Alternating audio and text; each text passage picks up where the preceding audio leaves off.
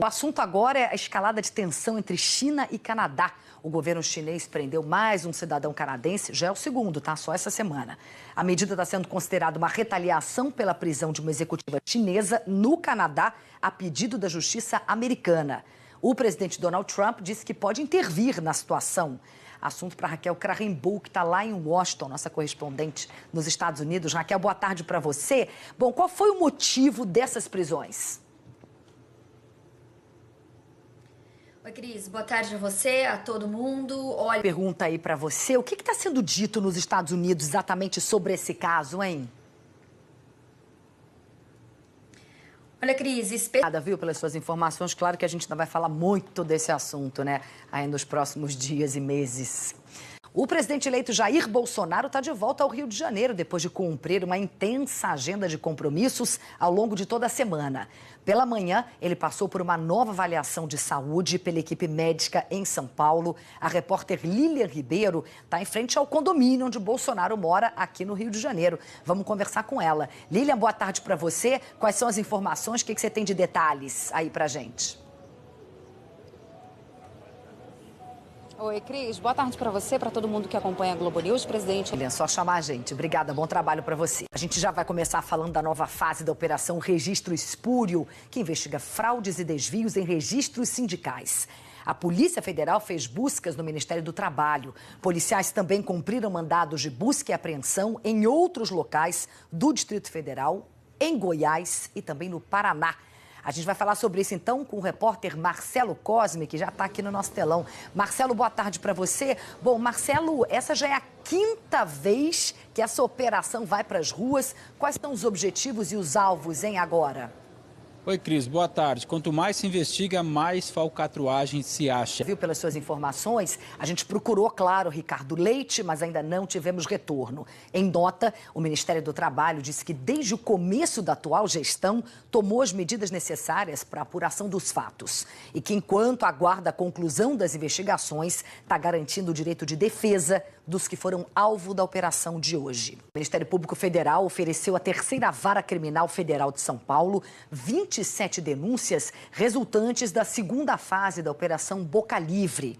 A ação foi realizada pelo MPF, pela Polícia Federal e pela Controladoria Geral da União e investiga o uso indevido de recursos da Lei Rouanet pelo grupo Bellini Cultural.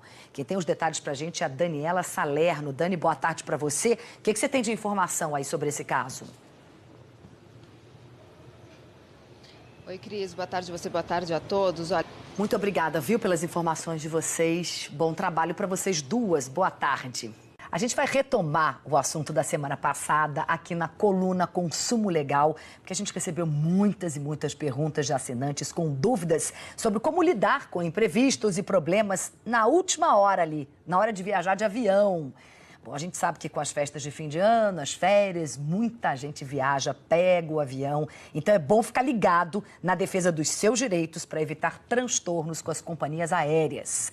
Sobre esse assunto, eu vou conversar com o desembargador e professor de Direito do Consumidor, para o nosso site g1.com.br/globonews, ou, se preferir, nossa central de atendimento, 40022884, custo de uma ligação local de qualquer lugar do país. Tem ainda a hashtag edição 16. O que importa é a sua participação. Professor, muito obrigada. Que bom estar aqui no Rio de Janeiro. Ausência. Vamos lá. A gente pediu para o nosso repórter Gabriel Prado ir até o aeroporto de Congonhas para saber aí as principais dúvidas dos passageiros. A Fabiana Silveira, que a gente vai ver agora, teve problema com perda de bagagem de voo. Vamos olhar a dúvida dela. Bom, vamos lá. Devia ter feito isso, né? Provavelmente.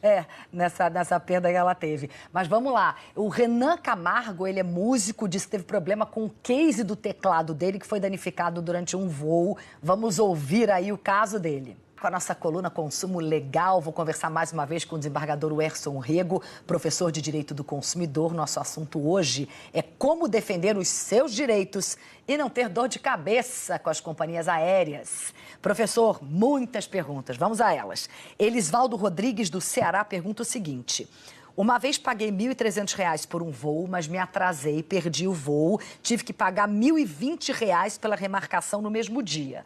Recentemente, perdi uma conexão por responsabilidade da companhia aérea. Fui acomodado num hotel e realocado em outro voo por conta deles. Eu não tenho direito ao ressarcimento nesse caso, já que da outra vez paguei pela remarcação quando o atraso foi meu? Quando o atraso é da companhia, o passageiro não tem direito a ressarcimento? Bom, atraso destino, só nessas hipóteses é que ele teria direito ao ressarcimento. Felipe Martins de Blumenau, é correto a companhia aérea cobrar por reservar o assento em que eu quero viajar?